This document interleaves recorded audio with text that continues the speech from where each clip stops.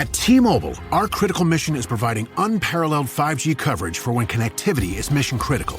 Introducing T-Priority, America's best 5G network experience for first responders, even in times of congestion. More capacity, faster speeds, better coverage. T-Priority from T-Mobile, built for tomorrow's emergencies, ready today. Discover more at t-priority.com. For qualifying organizations on eligible rate plans, coverage not available in some areas and may be impacted by emergencies.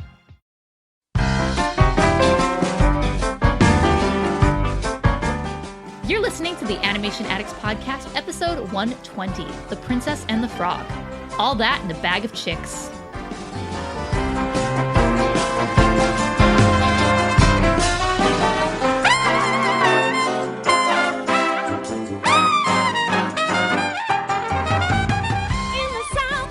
Hello, and welcome to the Animation Addicts Podcast with the Rotoscopers.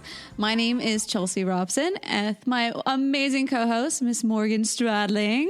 Hello. So today we have the amazing opportunity it's one of those special occasions where we get to review one of our patron picks. And today this is episode 120 of the Animation Addicts Podcast. We are reviewing The Princess and the Frog.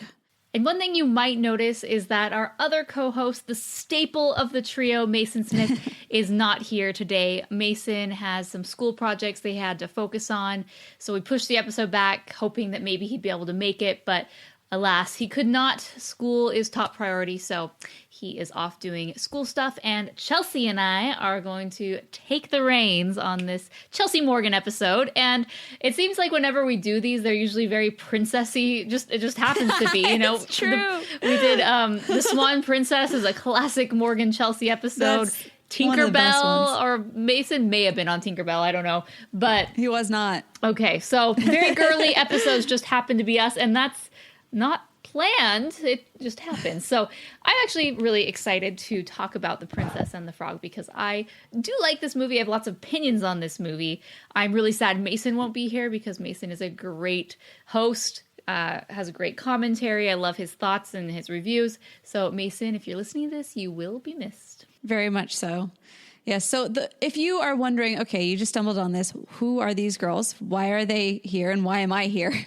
Well, we are the Rotoscopers. Rotoscopers means that we basically go over every bit of animation. We kind of dissect and figure out the things that we like, the things that we don't like. But in the end, we're just fans. We're fans just like you that we just love to be able to talk about animated movies. And this one is no exception. It's a princess. Disney. Awesome. So we're excited. Who's excited? Yay. I told them what they needed. Just like I be telling you. You gotta dig a little deeper. Find out who you are. You gotta dig a little deeper. It really ain't that far. When you find out who you are, you find out what you need. Blue skies and sunshine, guaranteed.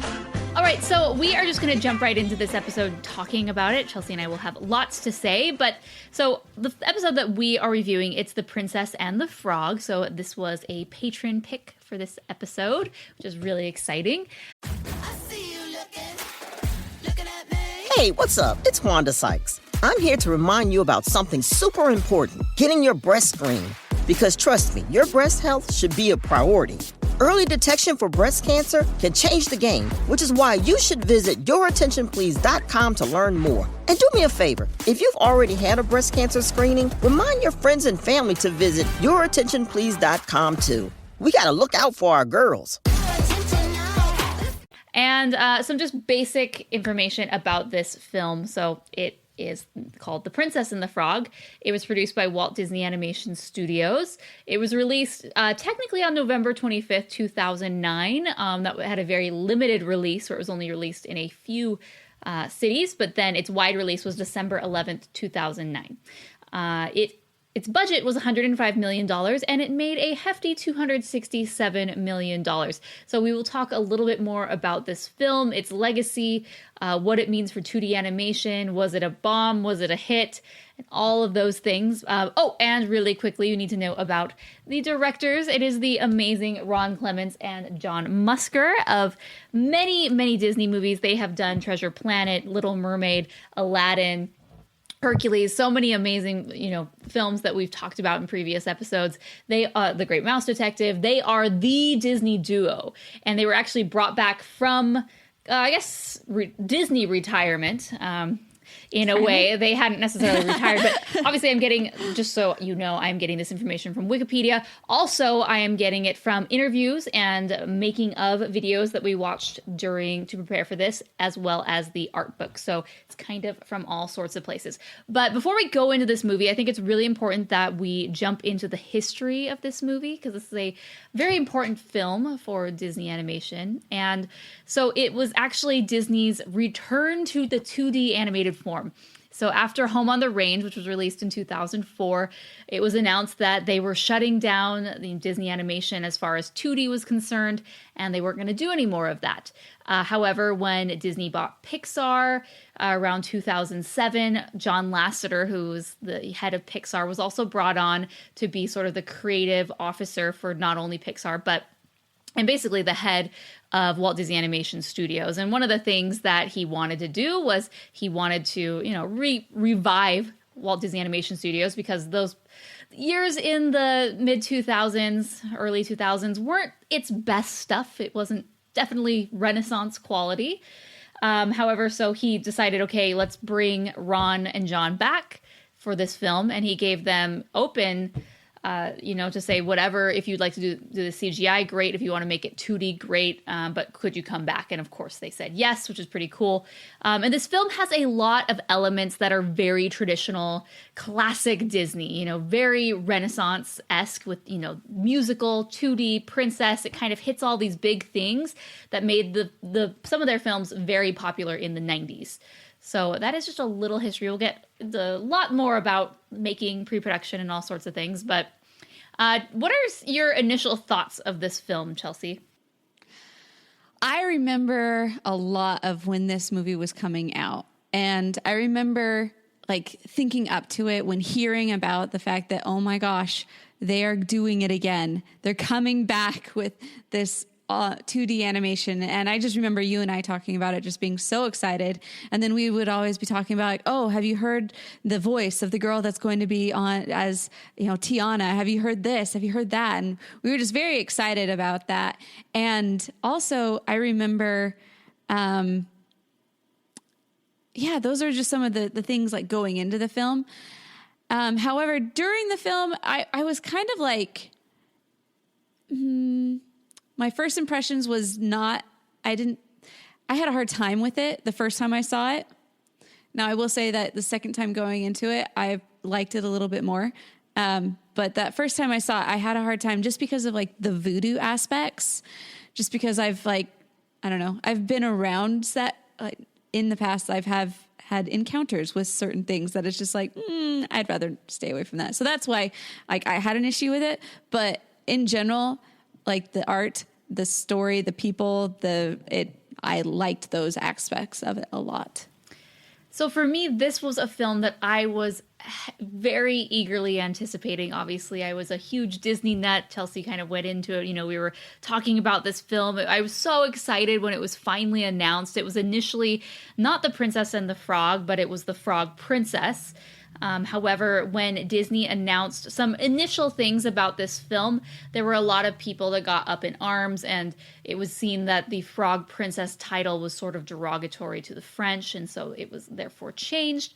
And there were a few other things. I remember these very distinctly. Initially, the character they announced this at some sort of investor meeting, and here's the initial sketches of her, and here's our idea of what she's going to be. And so Tiana initially was named Maddie, and she was a chambermaid. And this got a lot of people up in arms because Maddie seemed too similar to the term mammy, which again was something you didn't necessarily want your main character to be associated. It was considered derogatory. And Also, chambermaid was seen as not necessarily a great profession for your first African-American princess, basically, for Disney, and so ultimately, they did go back and they tweaked things. They changed her name to Tiana, and then she was a waitress instead of a chambermaid. But that's also when they brought in Oprah Winfrey as a consultant to The Princess and the Frog. Like, okay, we're two white guys were clearly messing this up. All we did was announce a few basic things. The title's wrong, the character's name's wrong, her profession's wrong.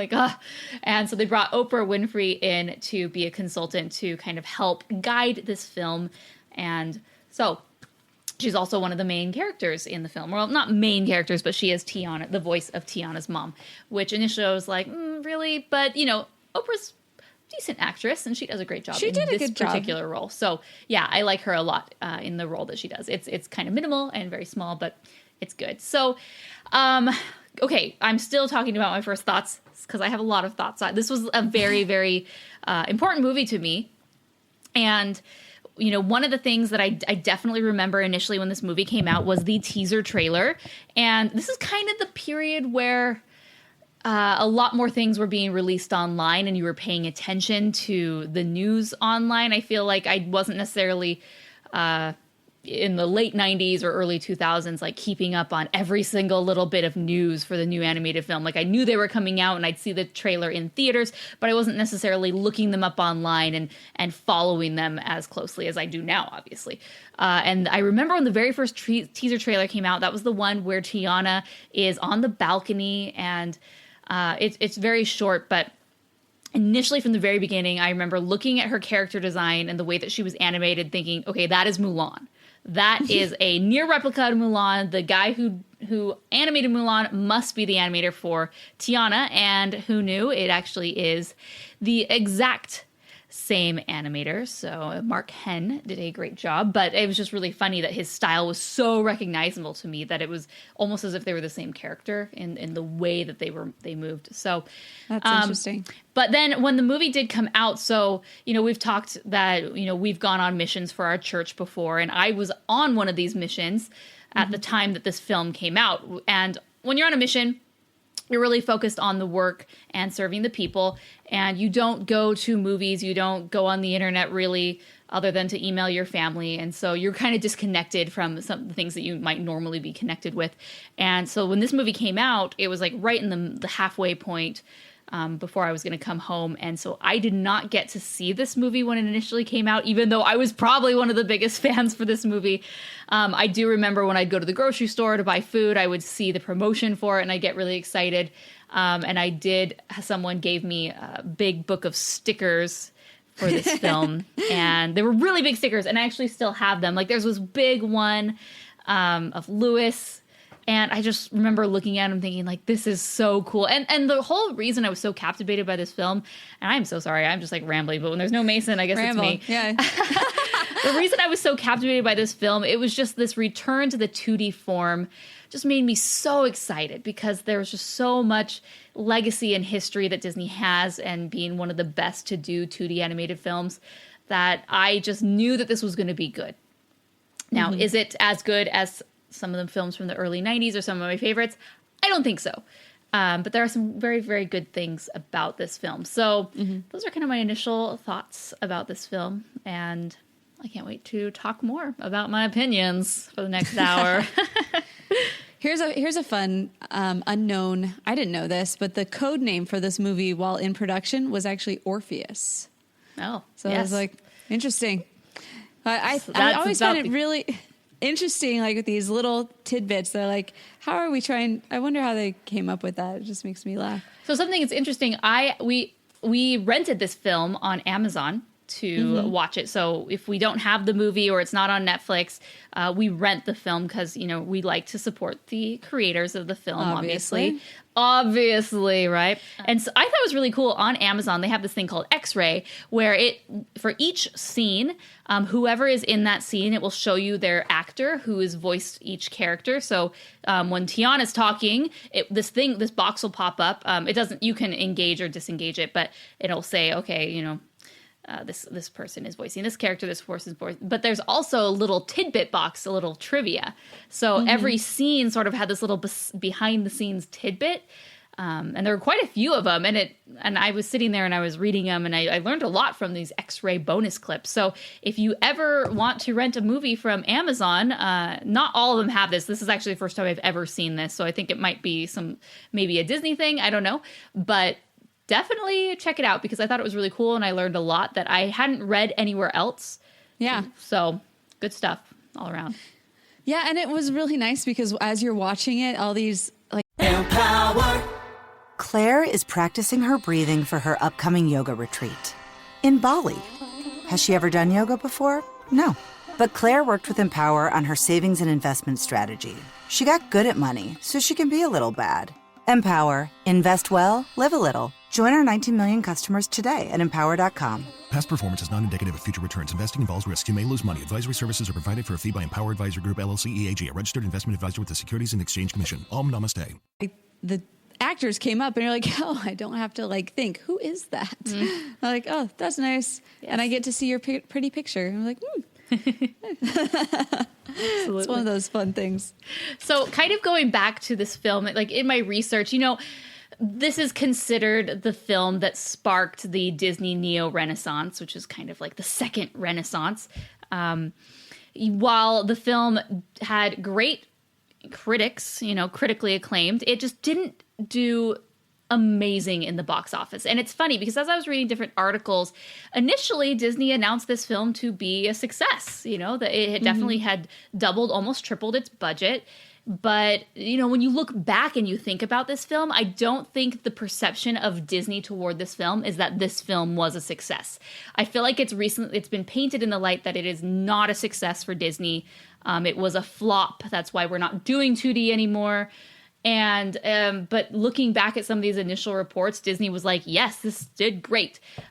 Few things that I think affected this film and it didn't do as well as it could have. So one was the title. And this is something that we like to joke and criticize Disney for their new titles now for these princess films. Instead of Rapunzel, it's Tangled. Instead of the Snow Queen, it's Frozen. And apparently Disney was given the directive that if you name your film The Princess and the Frog, people will think it's for little girls and they won't go see it. And they said, no, there's no way. I mean, we're Disney. They're going to come for the story. They are going to know that this is a great film. And that apparently panned out to be somewhat true. Just audiences didn't go out and see this movie as expected. And it's just funny that we do have these biases as people or as a society that affect, big groups of people, where if I see a movie with princess in it and I see that it's animated, I might consider it to be a kid's cartoon, and that's not for me. However, something as simple as just changing the name and removing the idea of a princess even being in there, maybe I would go see it. So I think that's just really interesting. I think it would be very, very rare for us nowadays to see a Disney film with the term princess in it nowadays, or based whatever the original fairy tale is. If there's some other fairy tale that they want to adapt, they probably wouldn't use the fairy tale name. They would give it some Disney twist, which is popular now. Another thing, it wasn't marketed very well. I don't think that they really, going back to that title, it just, I was reading a lot that just the way that it was promoted and marketed didn't really hit the core audience that they were trying to hit, which is unfortunate because you spend so much time on this amazing film and it just kind of fails. And also another reason is it did open 5 days before Avatar. Yeah. So it was supposed to be released on Christmas Day. However, Alvin and the Chipmunks, the Squeakquel, came out that on Christmas Day that year, and so they pushed it back. Because that's the one we need to be worried about. Yeah, unfortunately. For them. If you're Disney at this point in time and you see how well the first one did comparatively, and then you realize that your films, which you haven't released an animated film that's done well, enormously successfully well in the past few years, I would be a little bit trepidatious as well. So I get why they moved it with the Avatar train that it was. seems inevitable. I mean, maybe they should have done this in November and, during the holiday break and had a little more success. I don't know. Mark in the comments is bringing up an interesting point, which is definitely what we're going to talk to. Another reason he thinks it didn't do well is because it just wasn't that great story-wise. And we will definitely talk about this film. It's great, but it's good, but I don't think it's great as far as the story goes, unfortunately. Yeah, I'll agree with that. We'll just go with that. But it did get an Academy Award nomination for animated feature, best animated feature. And two of its songs were nominated for best song. However, did not win.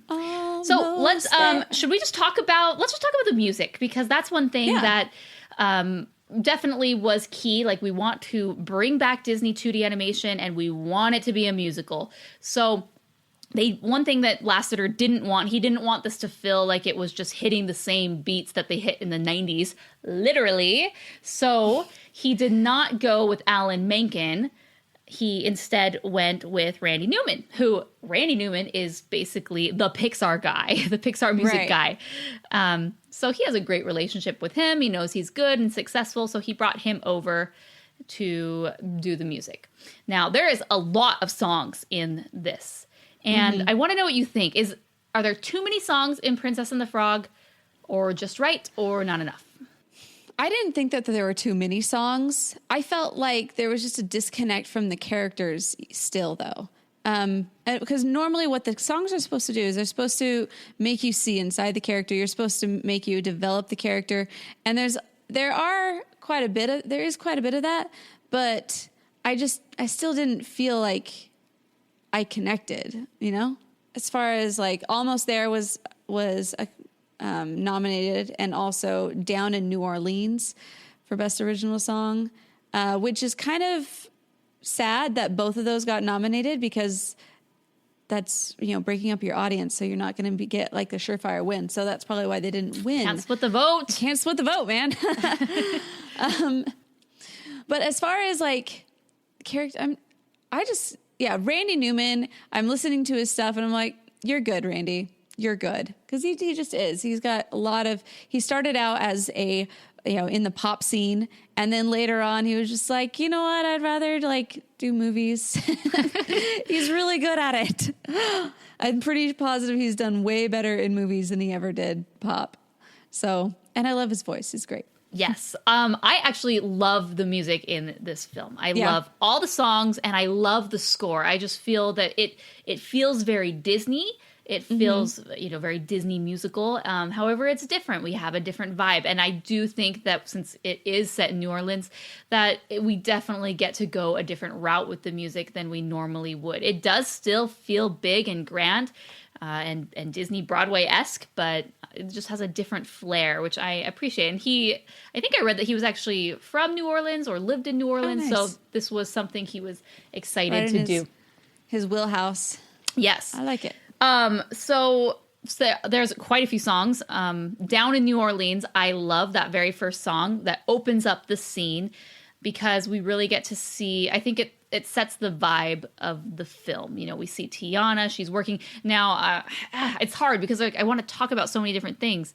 We'll talk about the music. Well, should we talk in order? I don't know. Let's just talk. Okay, we'll just talk. I think it sets the vibe really well. My favorite song of all the songs is Almost There, which is done in a very interesting art style.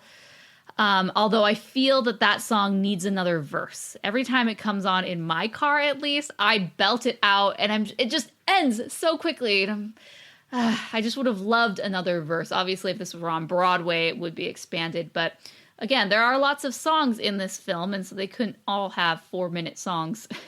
There's your whole movie right there. But right. And then we have Friends from the Other Side, which is Dr. Facilier's song. And these 3 songs are all within the first 20 minutes. Yeah. And I realized that initially because I remember in Frozen, that's one of the big things that we just had song after song after song. And then going back and looking at this, I'm like, oh man, Princess and the Frog was the exact same way. We definitely hit you with the songs. And so is that overkill? The only ones that really stick out to me are Almost There and Friends on the Other Side. So those, I think the other ones could have been a little overkill because they just don't stick out, Well, I said When We're Human, I give that an eh. An eh or a meh?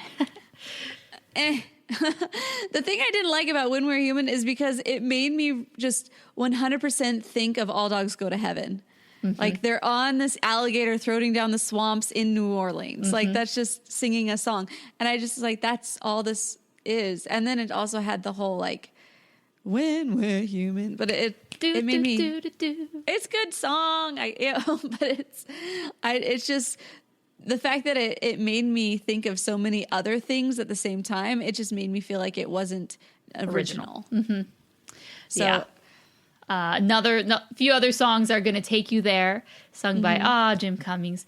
Then we have Ma Belle Evangeline, and then Dig a Little Deeper. And then we do have a few reprises and finales of the Down in New Orleans theme. Mm-hmm. But how did you like Dig a Little Deeper? I like Dig a Little Deeper a lot. I think that Mama Odie is such a great character. We will talk about her, but it's just fun.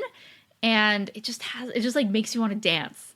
So I think it's good that, she's introduced that way. It does, during that scene, it does kind of feel like they're trying to be very Disney, with the birds and the animals. It's sort of A Friend Like Me or I Just Want to Be King. I got definite vibes, which is like Disney, that's their thing. You're going to have like this over the top show tune choir sort of thing, but do you feel like they were trying to be like that? They're trying to make you think of all these other things? I mean, because at the same time, another reason why they didn't want to have Alan Menken come in is because he had just done or was in the middle of doing Enchanted. Yeah. Mm-hmm.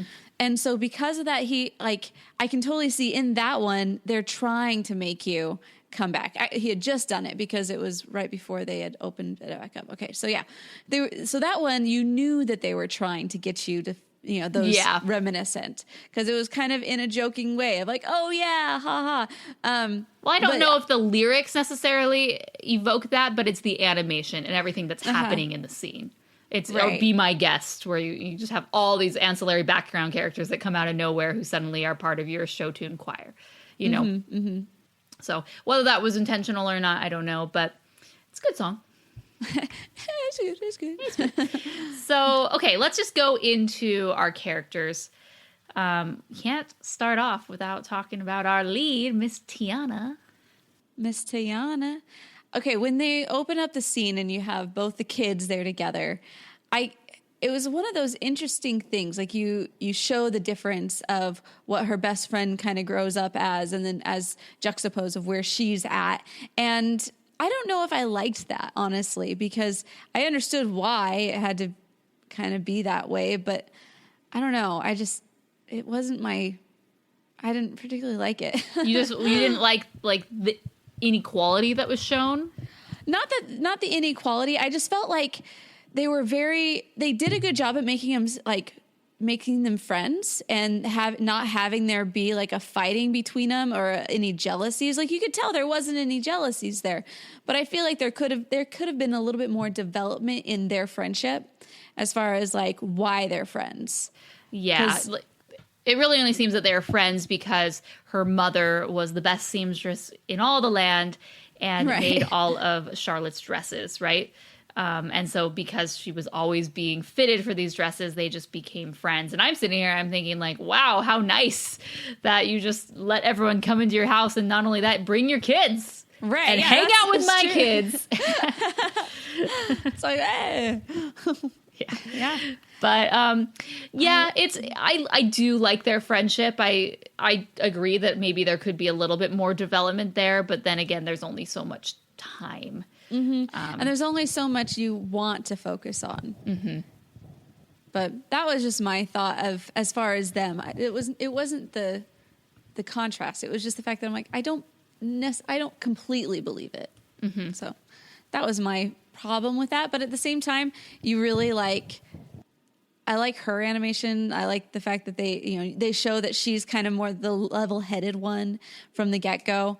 She's the one that's like, ew, no, I would never kiss a frog. Ugh, disgusting. While you have Charlotte, who's like, sure, why not? Yeah. It You gets see me where I want to go. It's funny because it's interesting because you see the two and how they're both at the very beginning very much engrossed by these fairy tales, and Charlotte even more so than Tiana, but Tiana still buys into them, right? Este episodio es presentado por Honda. Descubra la nueva Honda Passport Trail Sport Todoterreno. La Passport más todoterreno que Honda haya imaginado jamás. Esta Passport cuenta con mayor altura al suelo, barras de techo en todas sus versiones y neumáticas especialmente diseñados para cualquier terreno. Además, disfruta todos tus viajes con el control de clima de 3 zonas, techo panorámico y opciones como asientos delanteros con calefacción y ventilación. Conoce más en honda.com/passport. But then when we go back to the family, her father's very much a realist. And obviously because he and their family, they don't live in this fantasy world where Charlotte basically can play dress up all day and do what she wants. So of course she can live these fairy tale lives. While they live in the real world and they have to get jobs and make it work and support the family. And so he kind of doesn't set her back, but kind of sets her more in reality with the mindset of you don't need to wish on a star. You just need to work hard and you'll be able to get what you want. I don't know. I think it kind of did set her back slightly. Well, yeah, because she took it way too far. Yeah. So as far as Charlotte, Charlotte is my favorite character. I absolutely love Charlotte. I love everything about her. Heart eyes galore for Charlotte. I just love how animated she is. She's an animated character, so obviously if you're going to make her a little bit more over the top. But she is so over the top where it's just such a delight to watch, not only from just how she acts and reacts, but also in how she dresses, in her outfits. I think of that one scene where she's dancing on the ball, gown, or she's dancing on the ballroom floor, and her dress just feels like this giant bubble that's just moving around. And it's so fun. So I love that they really pushed her character and made her so over the top in basically everything that she does, whether it's her clothes, her reactions, her boy craziness. She is definitely that. And it is a good foil to Tiana, who is pretty serious, where she won't even go out with her friends to have a good time. She's just so nose to the grindstone. And then you have bubbly Charlotte, who's just a delight. She is. And I think one reason they brought her in as well is just because watching Tiana be like that, one, you need to get the juxtaposition of like, not everybody is like her. And so you see that she's so far different, but also you get not bored of watching that, but you just you like seeing Charlotte. You like seeing that type of a person, just like crazy. I mean, I have friends like that are just like, wow, you have a lot of energy. Real quick, going back to Tiana, one thing that I noticed was when I was reading, obviously the actress is Annika Noni Rose. And there was all sorts of people who wanted to do the voice of Tiana. I think Alicia Keys had reached out to even Disney herself, and Jennifer Hudson was in the mix because this is such an iconic character, the first Disney, the Black Disney princess, princess of color. It's amazing, and it's a huge honor. And so she was ultimately picked. They wanted this was actually one of the first Disney films where the characters were not only voiced, but also sung by the same actor. A lot of times they had just kind of farmed the singing voice out to some Broadway actress who could do a great job, Judy Kuhn and such. Lea Salonga. Lea Salonga. But okay, she was made, so Miss Rose was made a Disney legend in 2011, which was just 2 years after this film was released. And is that a little premature? Yeah, I say so. I mean, just 2 years after the film comes out, you don't even feel like that film can even have that big of a legacy. Frozen's been out for it'll be 3 years at the end of this year. And we haven't rushed to make Kristen Bell and Idina Menzel Disney princesses yet. So I think they just did it because it was like, oh, you're the first Black Disney princess. You got to be a Disney legend. Because looking back, like, yes, this is a good film, but I don't think it has left its mark like some of the other films have. I mean, look at this Frozen just completely destroys this film as far as cultural significance and Disney significance. You do see Tiana in the parks, but it is Frozen Central everywhere, even still. No, it's true. And I kind of look at that, not that I'm not like there to just be like picking on things like, but I do kind of see like, I mean, Bill Farmer had been doing Goofy and several other characters for voice actors for Disney for so many years. And it took him forever to get that honor. And I just kind of like, I wish you would have at least been in one more thing, at least one more something to be considered a Disney legend. Yeah, well, it is what it is. I'm not a Disney legend, so maybe I'm just bitter. We're all bitter. One day. That's awesome. All right. So going on, we're then introduced to the lighthearted playboy, Prince Naveen. He is so hunky, but such a slacker. He is really hunky. And you look at him, you're like, dang. I remember when we did the review for the art book, we went into a lot about Prince Naveen. Also, definitely you should check out that art book. Really pretty. Really, definitely, I would say worth that one. I will include an Amazon link in the show notes so you can not only buy it, but support the podcast while you're at it. And I'll also include a link to our review because that's a fun one too. It is a fun one, yes. But yeah, I think Prince Naveen, at first I didn't like him because you see him and you're just like, I just dislike laziness and like guys who think that they are all that in the bag of chicks.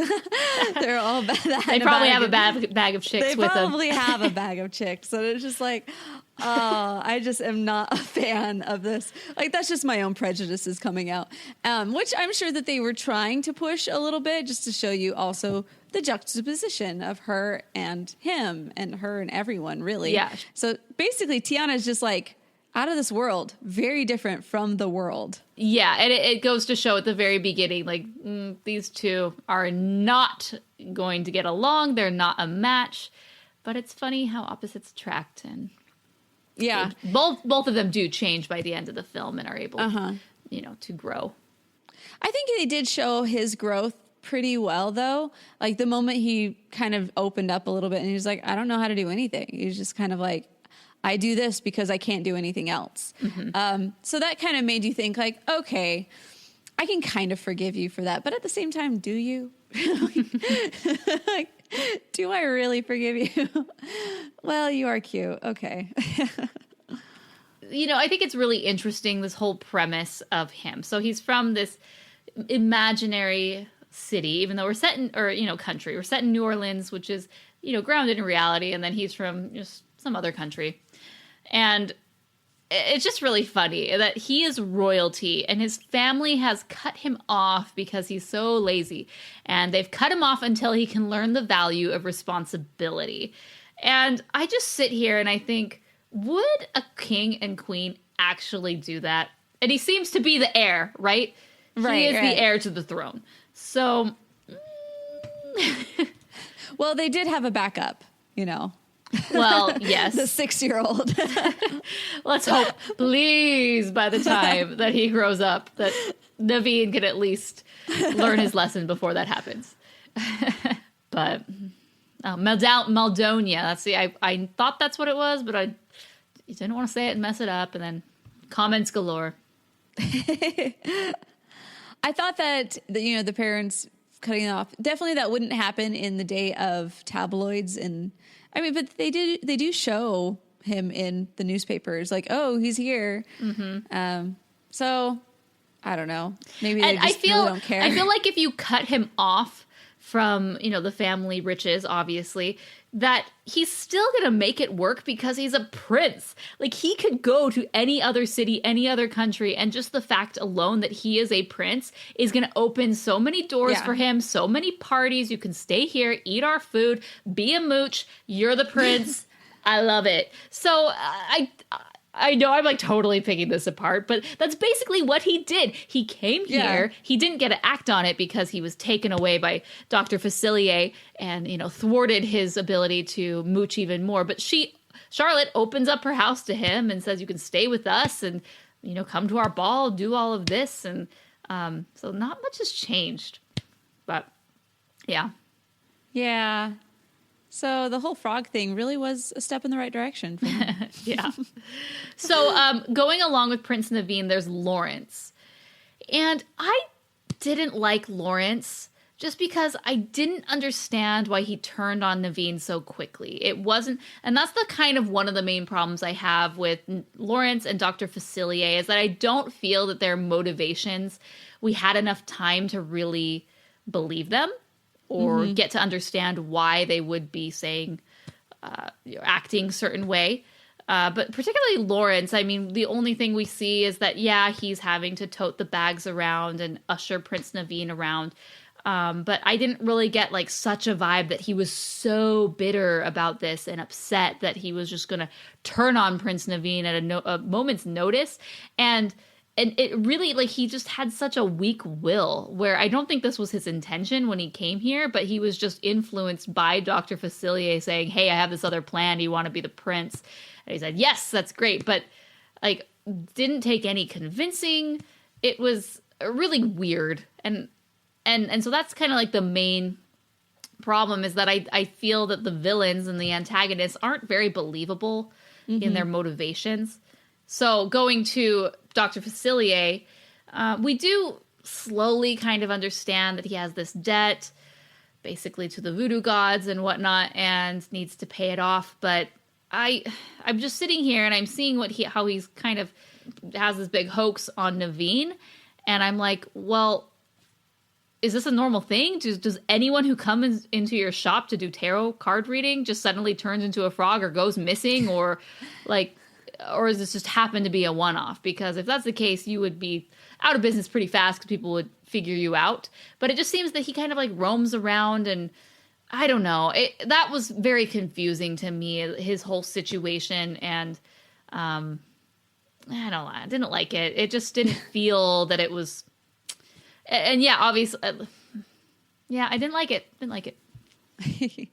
Yeah, Dr. Facilier, I liked his character design because he just seems so much like a weasel that you just like, okay, I get that.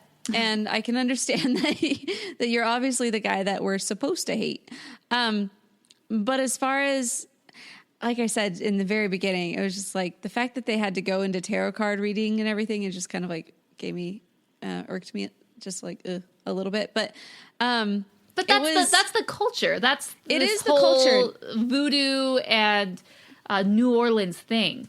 No, it is the culture. It is, but like I said, it's just my own thing of just my own biases. Like, against did that bother you in Robin Hood when they're, they have the magic ball that they're reading, or? No, but I'm assuming his demons bothered you, his shadow spirits. The demons, yeah. I mean, Maleficent has demons. A lot of these other villains have these demons or minions that they send out. Like, why did this one bother you so much? Because I do remember talking to you about this, and you did not like the movie at all, and it was for that very reason. No, it was for that reason, and it was the fact that like it was the fact that it was like dealing with the spirits and having them do if it's like having a person do your dirty work or a little minion, I mean, it's different, but it's like dealing with things of the other side. It just kind of was weird for me. I didn't like that part. But Disney's done it before. When? I'm trying to think. I mean, I feel like there's all sorts of movies where you send the spirit after to get, Maybe people in the chat room will have a better idea, but yeah. I'm pretty sure, I don't know. I just don't feel like it's that uncommon. It's like a very, I mean, even in like, here's the first one I can think of is Anastasia. Like, you weren't creeped out by that, but that was very real in a way. Yeah, where they're like that's true. literal spirits from the other side. Yeah, I wasn't creeped out by that, but we've also talked about how Rasputin was just a joke. Like they really did. Went kind of a little far to make him seem more like a joke. And Dr. Facilier, he wasn't. He was just a creeper. I just felt like, and. This episode is brought to you by Prime Video. In the small town of Holland, Michigan, nothing is ever what it seems. Behind the tulip festivals and pretty houses lay dark secrets that threaten to tear a marriage apart. Nicole Kidman stars in this darkly twisted thriller about a wife and mother whose quest to uncover her husband's secrets may get her more than she bargained for. Holland, streaming on Prime Video March 27th. It's funny. The animator of one of the main animators, Bruce W. Smith, described him as the love child of Peter Pan and Captain Hook and Cruella de Vil. I was like, okay, all the good ones. I see that, especially after watching Once Upon a Time. I see it even more. Well, kind of, but. So let's just talk. Oh, and then there is Charlotte's dad, who I love. He's just such a jolly, amazing guy. You can tell that he loves his family. He's very kind and gracious, but so he's nice. We don't hear. I love that scene where he's trying to tell Tiana that they're going to be king and princess of the Mardi Gras parade, and Charlotte will not let him talk at all. And she keeps interrupting him, and he finally just stuffs her mouth full of beignets and finally breaks the news. And she's like, tons of stuff in her mouth. I love it because I'm sure he deals with Charlotte on just a daily basis where she's just so excited and all of that. So yes, voiced by John Goodman, and he does such a great job, I think, in John Goodman. Yeah. This is one of his lesser known roles. Like not lesser known, but like lesser thought of. You don't think of him for this one. You think of him for like Mike and Sully type. Yeah. Sully, and you also think of, other things.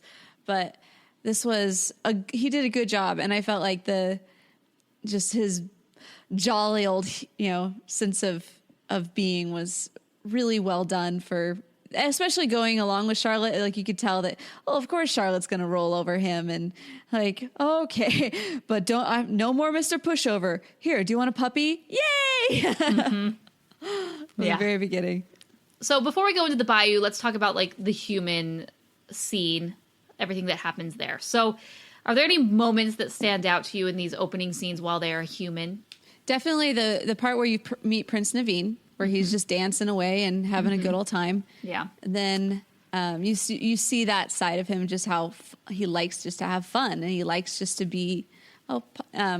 Ernesto also noticed that Pacha from the Emperor's New Groove was one of John Goodman's. Yes. Yeah, I just felt like that was one that I remembered. The ball was one thing about the ball that I love is that you see how kind and gracious Charlotte is. I mean, you'd think she's just would have grown up to be this complete brat, but no, they're having this big ball. She pays Tiana to make the beignets, although very short notice. If I were Tiana, I have little ticks that you tell me the day of, and I've just started my shift. And that's like her seed money for her restaurant, which is one of the main driving forces of the film. And so she goes and she does this party, but before she does, she's able to actually put a down payment on her big, so that almost there sequence I think is amazing. I love the style that it was done in. The music, it's good, and you can like see her vision, but then it all goes back to reality. But in the ball particularly, I just love how gracious and kind Charlotte is to Tiana. Like you can see that they are friends and that she does respect Tiana just as a person and as a friend. I don't feel that there's any sort of class between them, that you are below me or I'm this debutante. I don't see any of that. Even when Charlotte's main motivation is the prince. That's all she cares about. Prince Naveen, got to dance with him, got to marry him. However, when Tiana does kind of get toppled over and there's beignets everywhere and her dress is messed up, she drops all that initially and goes to help her friend and picks her up and says, okay, bye, Prince Naveen, I'll be back in a bit. And then takes Tiana, gives her a fresh set of clothes, gets her, all prepped. And yeah, just those scenes with Charlotte, how she's like, I'm sweating like a pig. And those are things you wouldn't see in a normal Disney film, like her stuffing tissues in her armpits and down her shirt to stop the sweating and putting the mascara on. All those moments I think are so classic and great, but also very, very sweet between her and Tiana. And so then we do have that scene where Tiana, so Prince Naveen has been turned into a frog, and she's kind of just sitting on the balcony, just enjoying, kind of figuring things out, and decides to wish on a star, which is something, I think she'd kind of done away with, ever since her dad said, no, you don't need to wish on stars. You just need to believe in you. But she does that. And then, oh yes. What is it? Sweating like a sinner in church. That's the quote. It's such a good one. And then this is where Naveen comes into play, and she is not, I am not going to kiss a frog. When she's little, she says that, and here she is, Princess and the Frog. And there you go. The rest is history. And she's the one that turns. I liked that plot twist of how, but it made me think of like, okay, is it just the first person that he kisses that turns into a frog? Like, how long does this you kiss me and you turn into a frog thing last? Because obviously it wasn't there when Charlotte ended up kissing him later.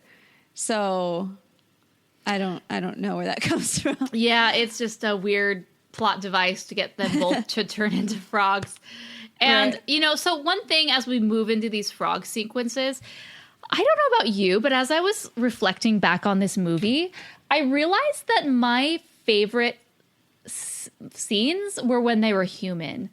And I was thinking back, I'm like, man, if they could just get rid of all the frog scenes, I think I'd like this movie better. I don't know if it's just because I think the humans are that much more appealing. I don't think the characters of the frogs are that appealing design-wise. There's a lot of good stuff that goes on, but I don't know, just like the whole part, and I know that's the whole point of the movie and the fairy tale, but I would have liked to have seen these characters as humans. Longer? Yeah, longer, or just deal with, just get rid of the frog stuff. Just have some other story. But that completely goes against the whole premise. But I just loved any time that these characters were humans, because I felt like I related more to them and whatnot. So I can see that. Too bad. For sure. Like all of the moments that I remember, like, I remember a lot more moments when they're human than I do when they're frogs. Like, I'll think about it. I'm like, oh, yeah, there was that moment and there was that one. But, like, you think about when they're human more.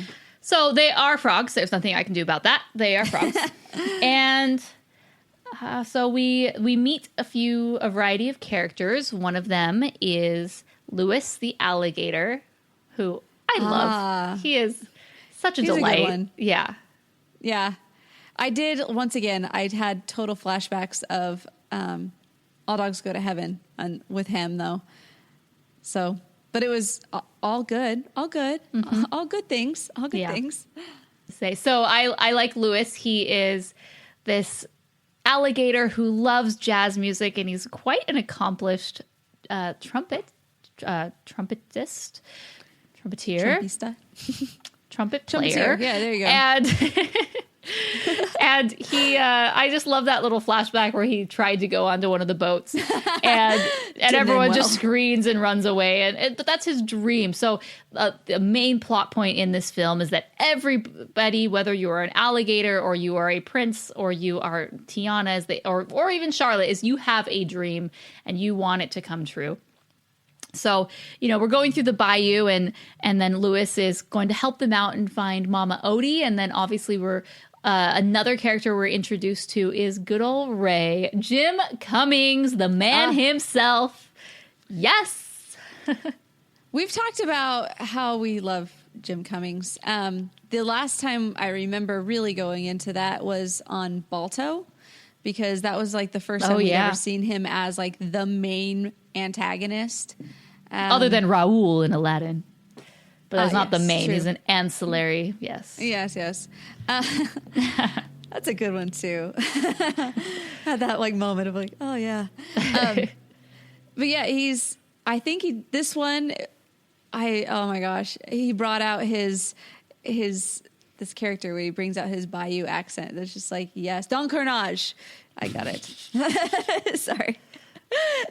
Don Carnage. He was one of my favorite like voices that he does. Him and Darkwing. So he's a very prominent voice actor, and he's done a lot of stuff for Disney. Obviously, he's done Darkwing Duck. He's done Raoul in Aladdin. He's, what's that guy's name in Balto? What's the bad guy's name? The bad dog. He's the baddie in Balto. He's Winnie the Pooh, Tigger. He does quite a bit for the Disney company. So although Darkwing Duck, I mean, if they brought Darkwing Duck back, that would, which is at this point in time not that unfathomable based on other things they're bringing back. Right. I would love that so much because Steel in Balto, he is the voice of Steel. Yes. So, Ernesto brings up he's Pete also in a Goofy movie and in Goofy movie. This is where you would enter in Mason's chanting of all of his voices.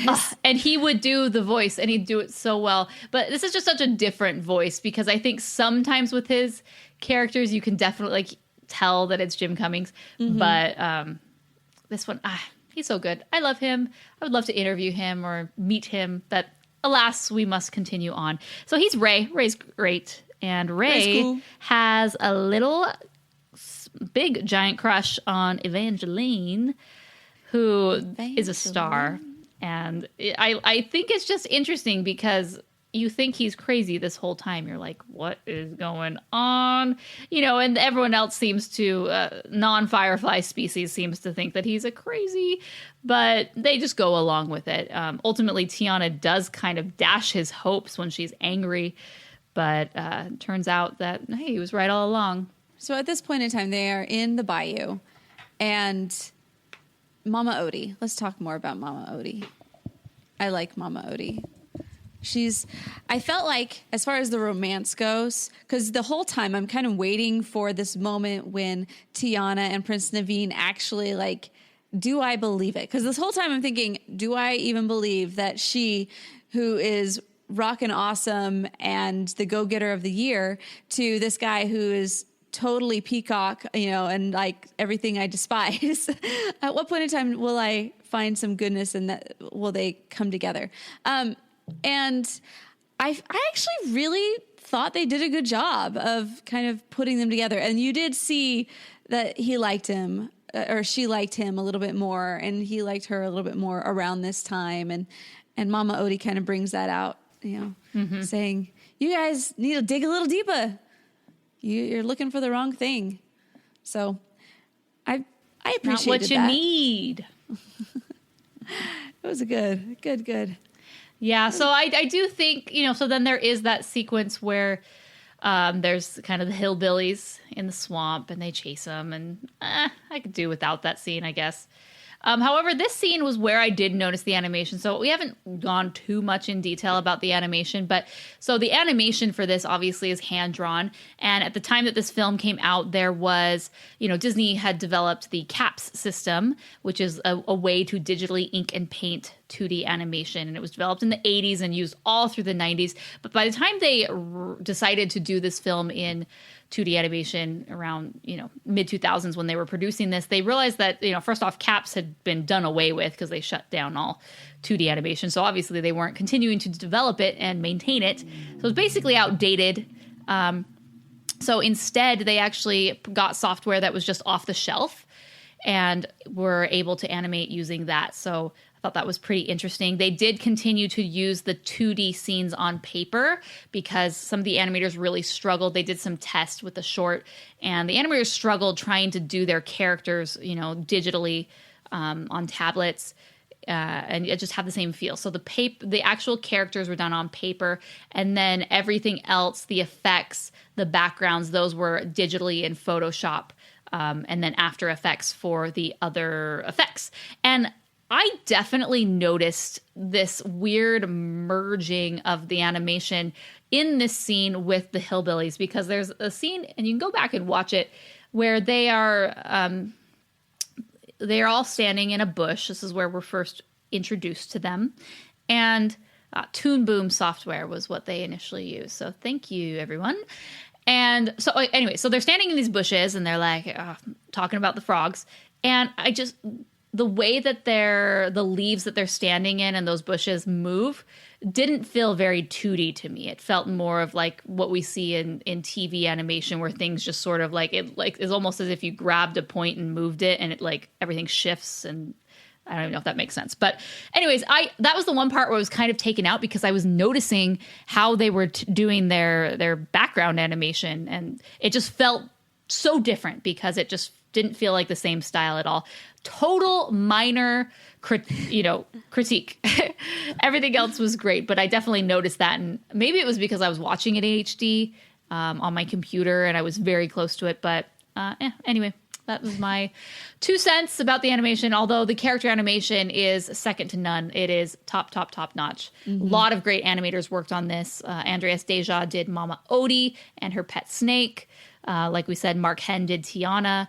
All sorts of Disney greats. Eric Goldberg did Lewis, I believe. And so lots of greats worked on this. So it's no wonder that the character animation is top notch. Mm-hmm. Eric Goldberg also supervised the scene of I'm Almost There. And you can tell that a lot, because he did a lot of work with in Fantasia around this exact same style. And so he was Hertzfeld style. Not Hertzfeld. Not Hertzfeld. The stick figures, you know, from the shorts.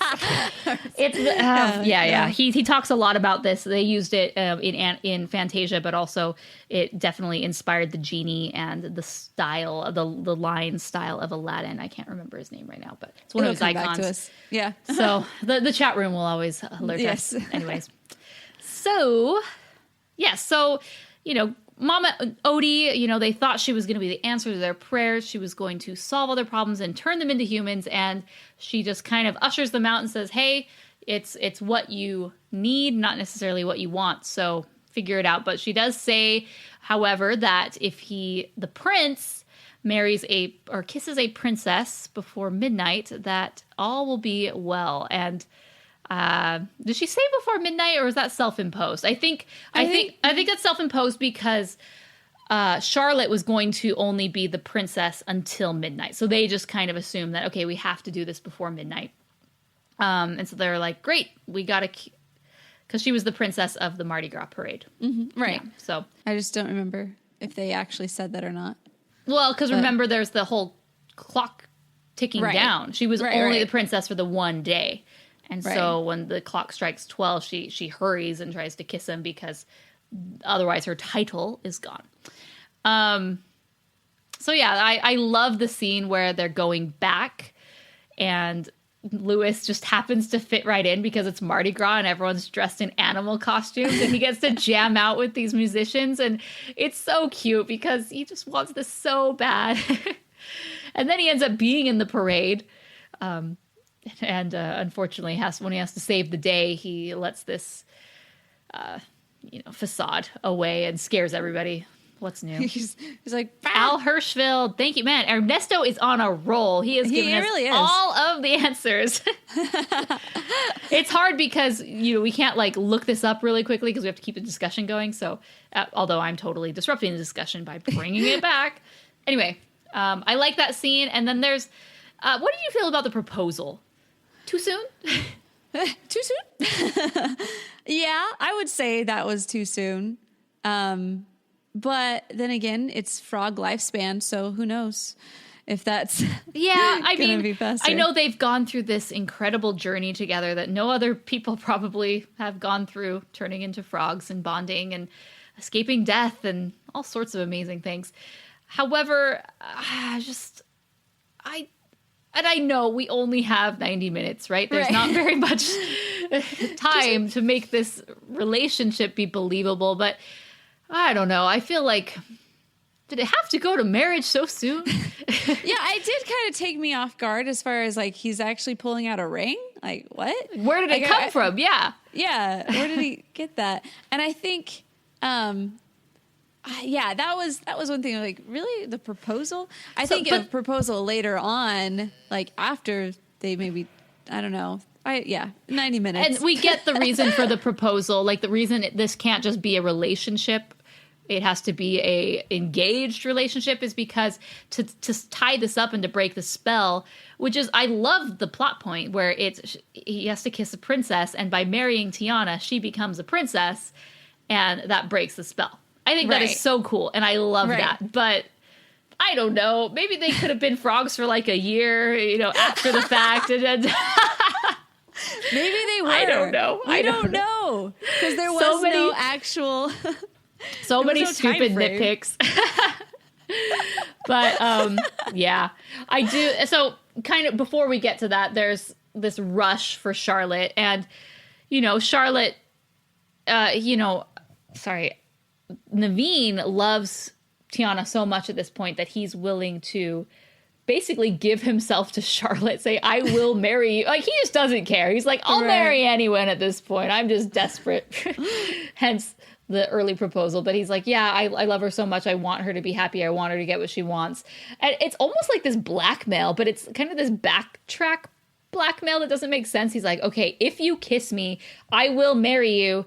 But if I marry you, you have to pay the money to Tiana. And it's just, I get what she's getting at. I guess it's not blackmail. It's not the right word, but it just has this like catch that, okay, I'll marry you, but you got to pay a lot of money. It's weird, and it feels weird, and obviously so. I think watching this, people are like, this makes, why would he agree to do this? But then, obviously it's for Tiana, and that doesn't end up working, and she agrees to do it anyway without, any strings attached, honey. Yes, no strings attached, and then that doesn't quite work.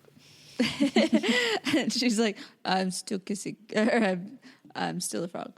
Yeah. So let's move into the whole restaurant thing. Uh-huh.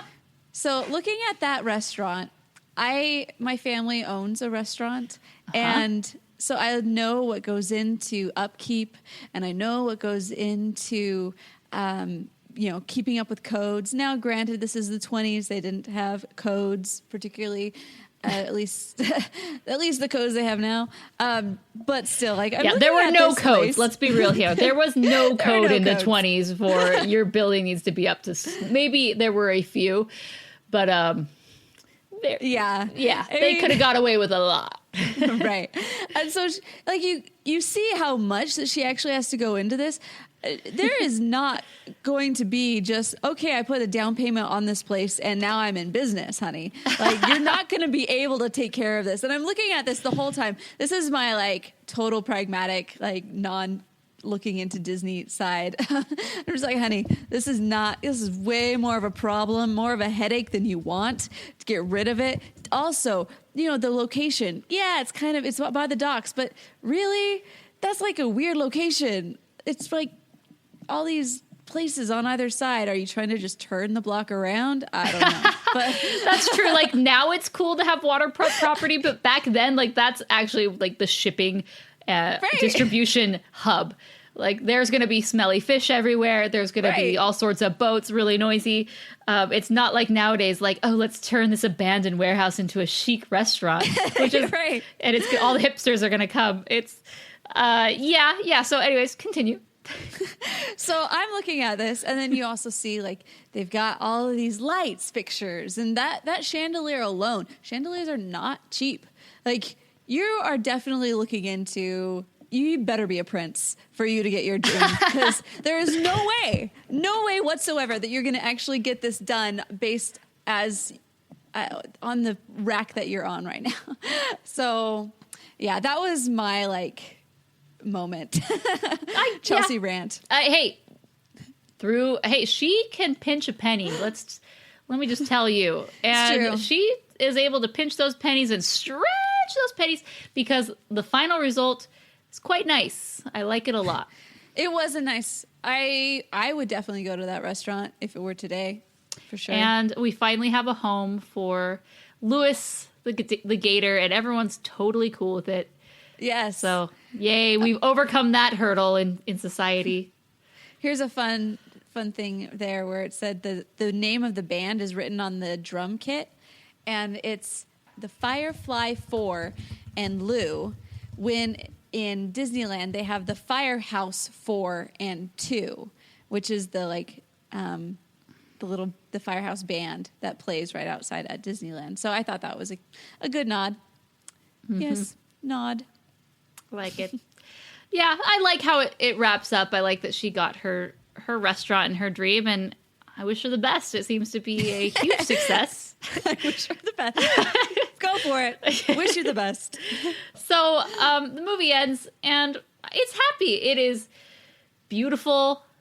It's classic Disney, where they're just dancing on the rooftop, fade out. And but that's not the end. Oh, it was right before that. Let's back up to the transformation. Oh, yes, I do have some opinions about the transformation. I have opinions on that, too. You can go first, because I've already done my a bit of a well, rant. I don't know if these are... I have a thought about the transformation. Okay, no, you continue about the transformation, and I'll talk about after the transformation. Okay, so the transformation for me was 100% Swan Princess. Like, the way that the, water comes around them as they're transforming, I was like, this is Swan Princess. How dare they? It's so true. And a slight bit of Thumbelina. Hey, these when it works. It works. Yeah, bring it back. Oh, but it ain't broke. Don't fix it. Yeah. So one thing that I did notice with her dress, when she transforms into a princess, she basically, and maybe I'm wrong with this, but is she the only Disney princess whose iconic outfit is her wedding dress? Yes. Yeah. No, because not Snow White. Sleeping Beauty did not get married. She did not get married, true. She just gets introduced to court after everyone wakes up. So, anyways, I just thought that was interesting because it's a wedding dress. And she does have another wedding after the fact, but she wouldn't have broken the spell if she wasn't officially married. So it was a legal wedding. So, yes, she is the only princess. Well, other than Giselle, you see her more in the pink dress, but you do see her quite a bit in the big white dress. But anyway, I just thought that was interesting because it's not a traditional wedding dress because it's green. It's a great dress, but I actually prefer her blue dress a lot more. I think that blue dress is, I wish Tiana in the parks would wear that, but it's cool. It's cool. I liked the bow tie the bow tie butterfly. As far as breakout characters for me, he was one of my breakout characters. There were two of them. The first one was the black bow tie, and when he flies away, he's like, I thought it was a nice touch. The voice on that was great. And then at the last one is a white tie, and he's like, congratulations. Mm-hmm. So I would like a bow tie that would So there's some interesting conversation in the chat about, is Belle's dress, her yellow dress, a wedding dress, because she does wear it at the end. And I don't know if it's ever clear that is a wedding at the end, but let's just pretend that it is. And she is also wearing that dress at the end of the film. But that's also the dress that Beast puts her in. So is that also implying that Beast was trying to marry her and said, okay, we're going to have this amazing dinner. Here's your wedding dress. By the end of this, you better say yeah. Just kidding. So that is way out there logic. So maybe we should wrap this up. Just doing what I do. Look out, boys, I'm coming through, and I'm almost there. I'm almost there. People gonna come here from everywhere, and I'm almost there. I'm almost there.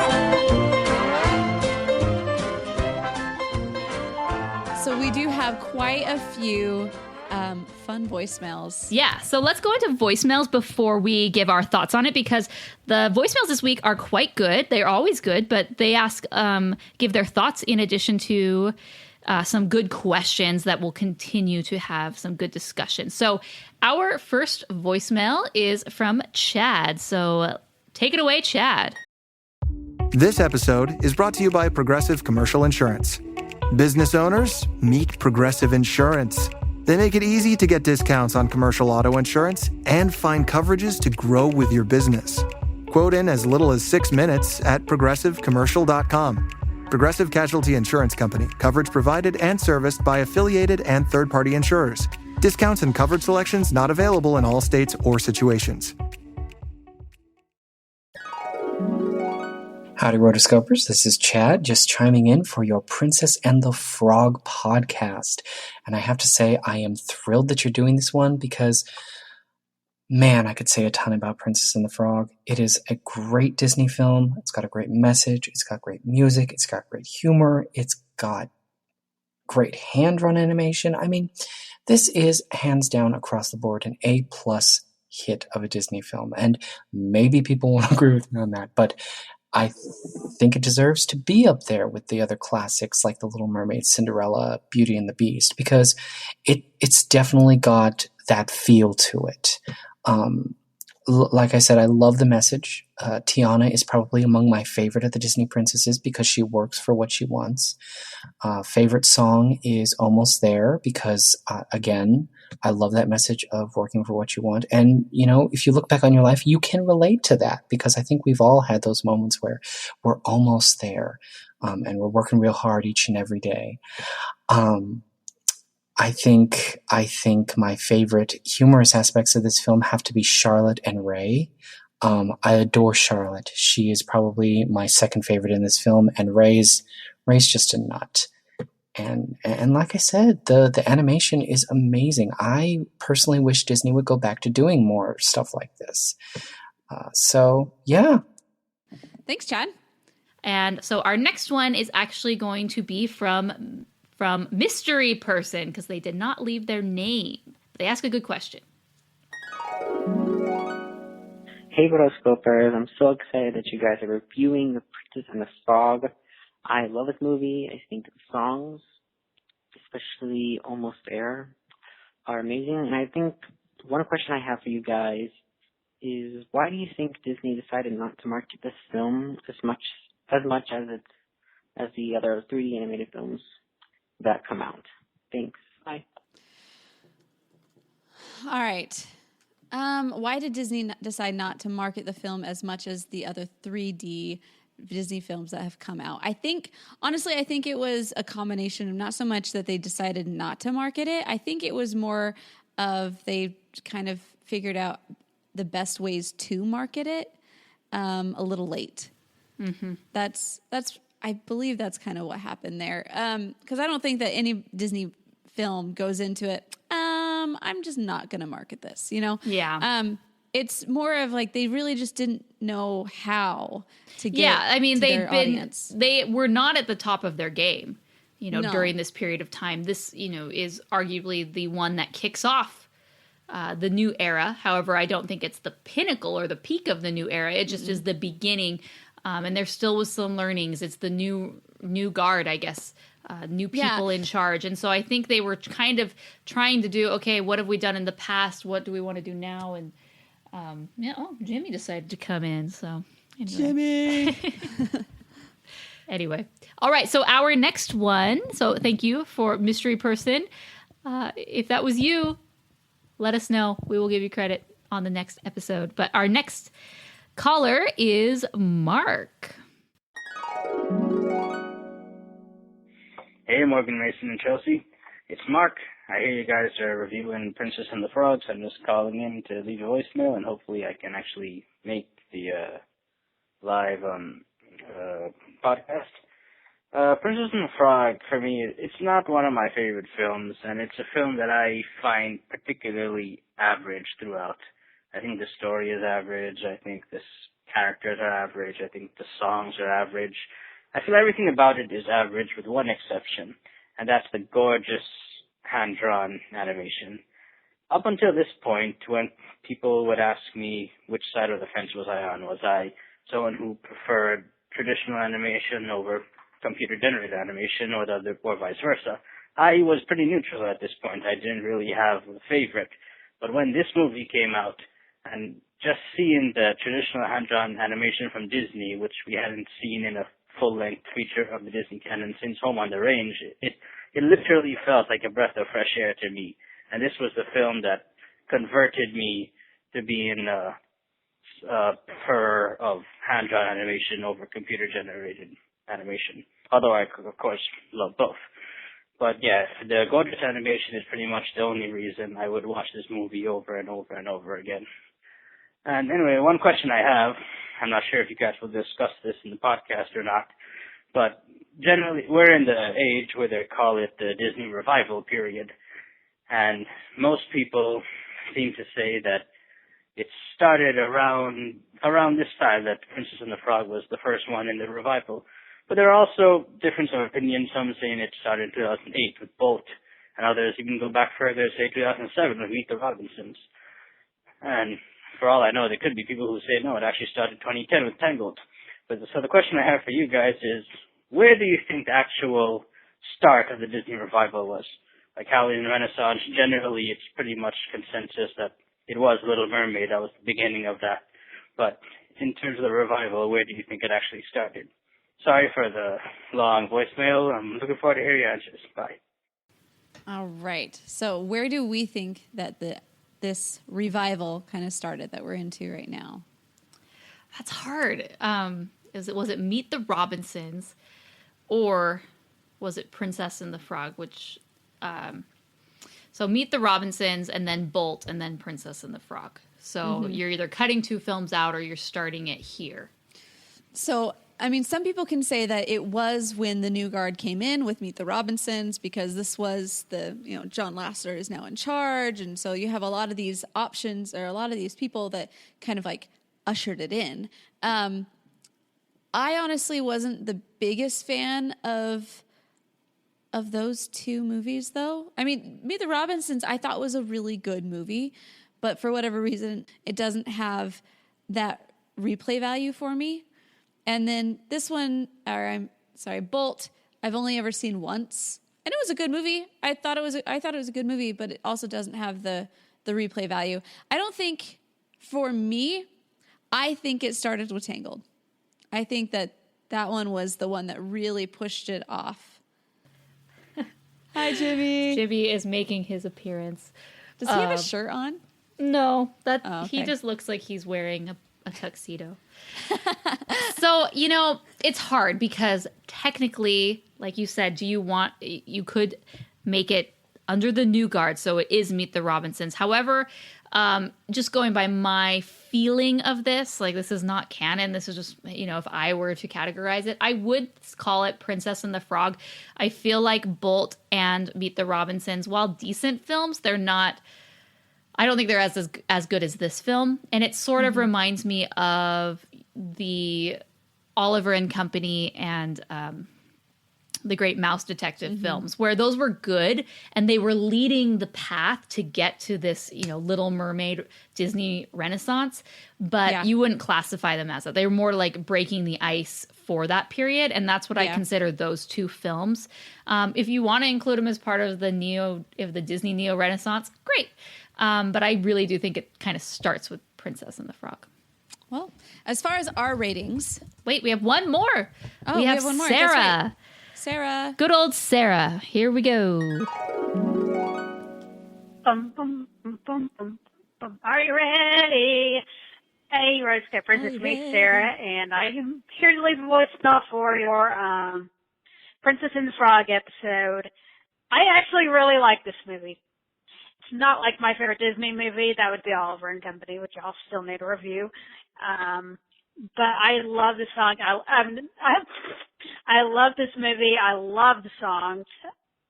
It's such a great movie, and it's underappreciated. A lot of people are like, oh my gosh, Frozen is the best Disney movie that has ever existed. I'm just over like, Princess and the Frog is a lot better, which it is. I would give this movie like maybe a 4-star rating, maybe 3.5. I can't decide. Maybe split the difference and do 3.75 stars. But yeah, bye, Morgan, Mason, and Chelsea. I love you. Oh, thanks, Sarah. Love you too. So that leads really well into my rating. I also give this movie 3.5 stars. I felt like it had a lot of really great things going for it. I did feel like it was lacking in the character development.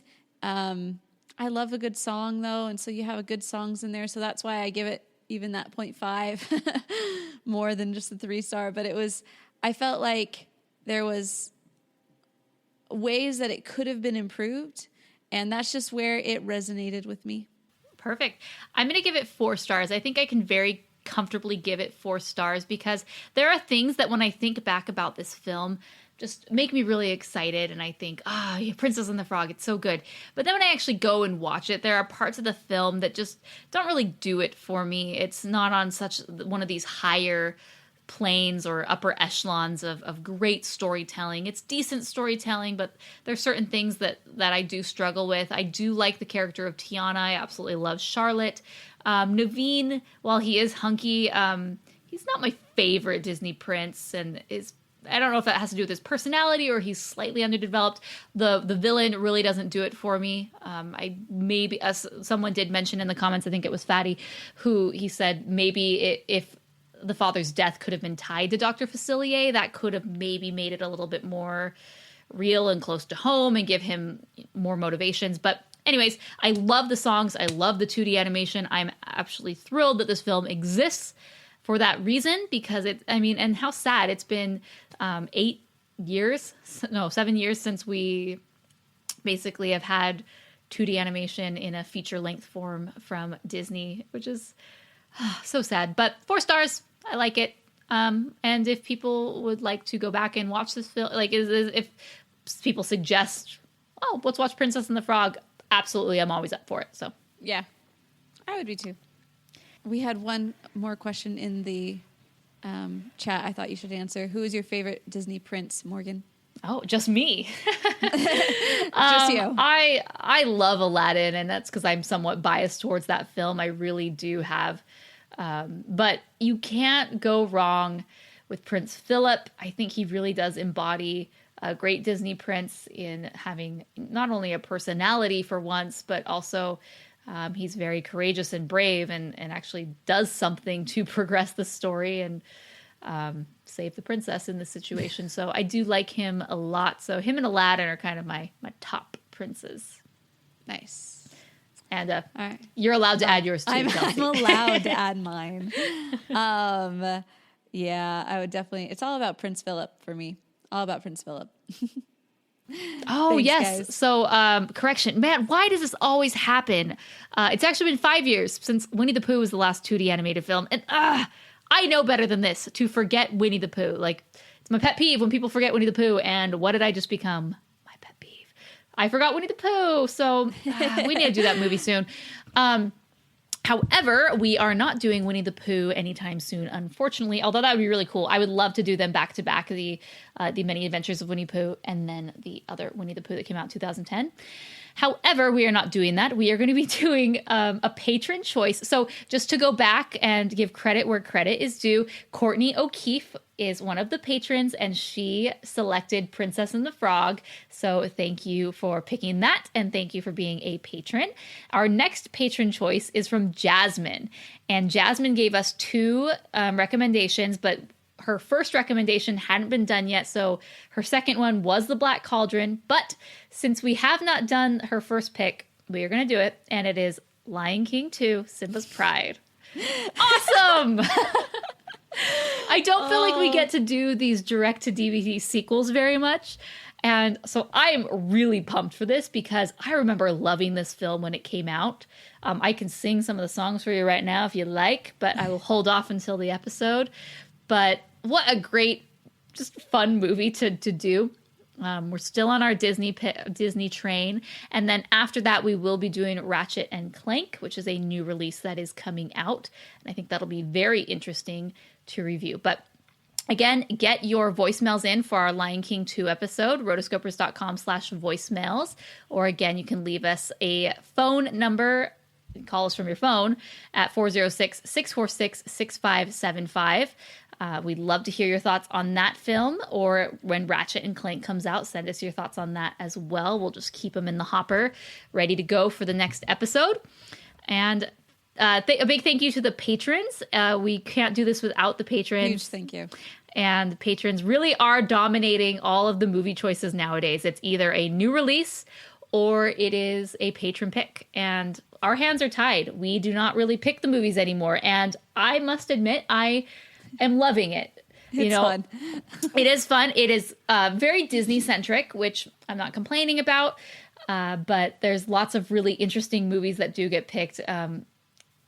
Remember back in the day when we would do series? So we did a horse series. We did I liked our dog series. Stories. I loved our series, but I guess we could potentially group our patron picks into different series, but we are doing them based on the order in which you've been a patron. So there's some patrons who've been patron almost a year, and we still haven't gotten to their pick because there's just been so many patrons. So thank you for being so patient with us. Mm-hmm. If you're interested in being a patron or interested about the perks of being a patron, you can check it out at rotoscopers.com/patron.